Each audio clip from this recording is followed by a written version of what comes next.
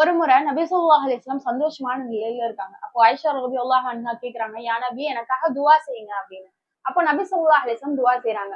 யா அல்லாஹ் ஆயிஷாவுடைய முன்பின் பாவங்கள் எல்லாத்தையும் மன்னிச்சிரு. யா அல்லாஹ் அவங்க வெளிப்படையா செஞ்ச எல்லா பாவத்தையும் மன்னிச்சிரு அல்லாஹ் அப்படின்னு துஆ செய்றாங்க. அப்படி செஞ்ச உடனே ஆயிஷா ரலியல்லாஹு தஆலாக்கு ரொம்ப சந்தோஷமா இருக்கு. அவங்களோட தோள சாஞ்சுக்கிறாங்க. இப்ப நபி ஸல்லல்லாஹு அலைஹி வஸல்லம் கேக்குறாங்க, யா ஆயிஷா நீங்க சந்தோஷமா இருக்கீங்களா என்னுடைய துஆவிற்காக அப்படின்னு. யாருதான் சந்தோஷப்பட மாட்டா இப்படி ஒரு துஆவை தூதர் எனக்காக கேட்கும்போது அப்படின்னு சொல்றாங்க.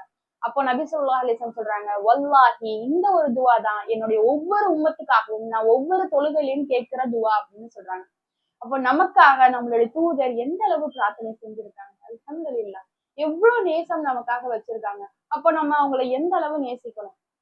நபி ஸல்லல்லாஹு அலைஹி வஸல்லம் சொல்லி காட்டுறாங்க தானே, யார் தன்னுடைய தந்தையை விட இந்த உலக மக்கள் எல்லாத்தையும் விட தன்னுடைய தூதரை நேசிக்கலையோ அவங்க இந்த மார்க்கத்துல நம்பிக்கை கொண்டவங்க இல்ல